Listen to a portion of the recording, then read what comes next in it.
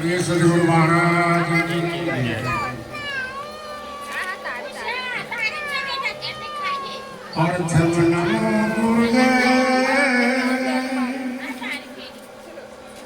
जेने आप्યું નિજ જ્ઞાન એ જ્ઞાને ગોવિંદ જેને ઓળખ્યા નટડિયા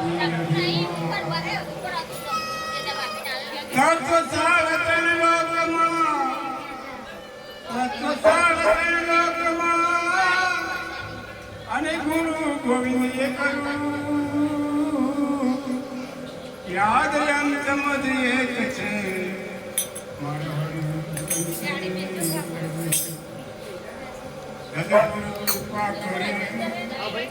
સદગુરુ કૃપા કરે કરે સકલ સંતે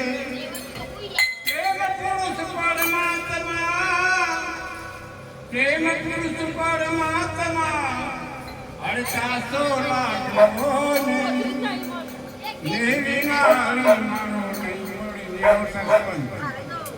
नेविना हरि मारो नहीं मरे અને કરે પોતી ઉપાય એ બીજું સાધન યાદ રે એનું હૃદય શુદ્ધ ન થાય આ જીવ જેમ છૂટવા મથન કરે જીવ જેમ છૂટવા મથન કરે એમ જેમ તે બંધાય આપ વડે છૂટે નહીં એને તોડે સદગુરુ બોલીએ સદગુરુ ભગવાન આ જીવન આપણને મળ્યું છે મનુષ્ય તો બહુ મહિમા મોટો છે ભગવાનના બરાબર પણ આપણે મનુષ્યને ઓળખતા નથી પરમાત્માથી વિશેષ એવો જે તમને મળી ચૂક્યો છે દેવોથી દુર્લભ એવો જે પણ આપણને એની ખ્યાલ જ નહીં કેમ કે જ્યાં આ મનુષ્ય ના હોય મનુષ્ય ના હોય તો ભક્તિ ના થાય ભગવાનની ના ઓળખી શકે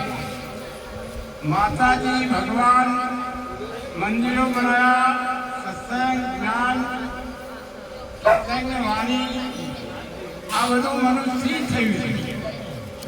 મનુષ્યો વિષય બહુ ઊંચો છે અને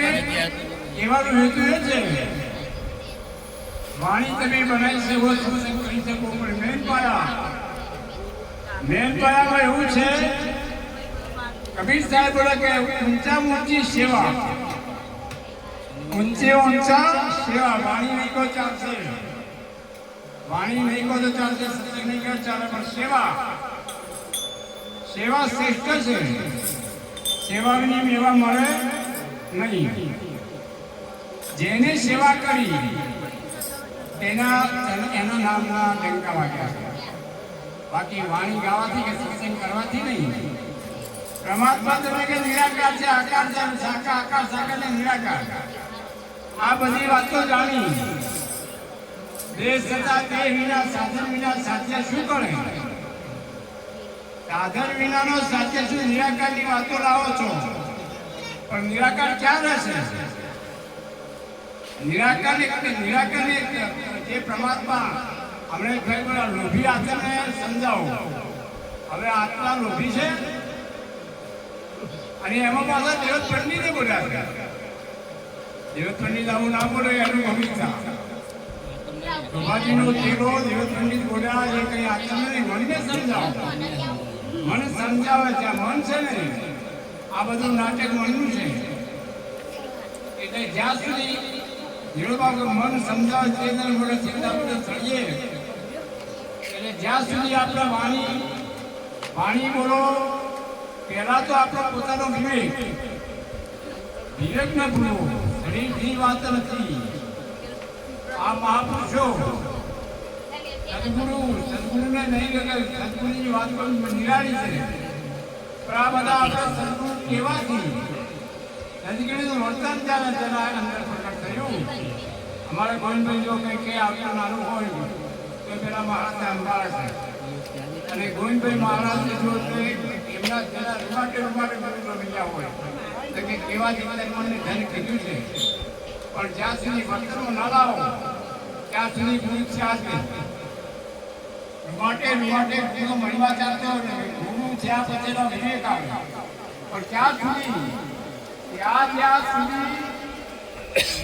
ત્યાં સુધી તો ના ભૂલે વચ્ચે તો આ કઈ આવી જાય તો કરેલું નિષ્ફળ જાય. પ્રસાદ આલજો એને ગુરુનો મહિમા જાણે છે. ધન મને ધન ઊંચું ખરા પણ કેવાથી એને ઊંચું છે એની વાત કરજો તમે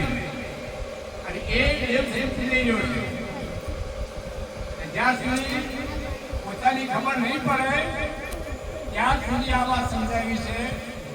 થોડુંક જાગતા રહેશે મનોરંજન જે જાગતા રહે આ બધા જાગતા જ હોય છે. ભગવાનની મૂર્તિઓ ખોટી નથી, મંદિરો ખોટો નથી, કેમ કે આગળનું કર્મ કર્યું છે એ જીતે પછી મુએ પૂજાય છે પણ એને માની નથી લેવાનું કેમ કે આ જાગૃત જરૂર છે. જાગૃતમાં જાગૃત સત્તા સ્વતંત્ર પૂજા પૂજા ગીતમાં ગયા એ પ્રમાતાનું સ્વરૂપ પણ ત્યાં જવું બહુ પાકું છે. જ્યારે આ વાત સદગુરુના શ્રેણી આવી તમે કોણ છો તો અત્યારે ક્યાં જવાનું એ વાત આપણે જાણી લો હતી. હજી આ વાતને જાણી નથી. આપણે કોણ છે જ આપણી ખબર નહીં. તો હું તમને પૂછ્યું કે ભક્તિ કોનાથી થાય? ભક્તિ કરી તો થાય કોનાથી? ભક્તિ કરવાનું સાધન શું? આ તો લોકોના કહેવાથી ગાયો બીજો ગાયો એટલે પેલા કવિ સાહેબ કે એક ભગત બન્યા બે ભગત બની ગયા લાખ પણ ભક્તિનો ભેદ ના જાણ્યો. તમુરા હુઆ એક ભુવા બન્યા બે ભુવા બની ગયા પણ કે એક માતાજીનો ભેદ થયા થોડી હુઆ. જ્યાં સુધી આપણને પોતાની સમજણ નહીં આવે ત્યાં સુધી આ વાત આપણા લક્ષ્યમાં નહીં આવે. અને તમારા લક્ષ્યમાં આવી ગયા, તમારા લક્ષ્યમાં જો આવી જશે तो आखो ब्रह्मकांड एक संकोच इनको देखा है परमात्मा स्वरूप देखा है कहीं नहीं देखा है स्त्री पुरुष नहीं देखा है और હવે આપણે આ પદે જવું બહુ કાઢવું આટલી વાળી તો હું વિનંતી આપણે પહેલા મહારાજ આવી શકે ચલા ભગવાન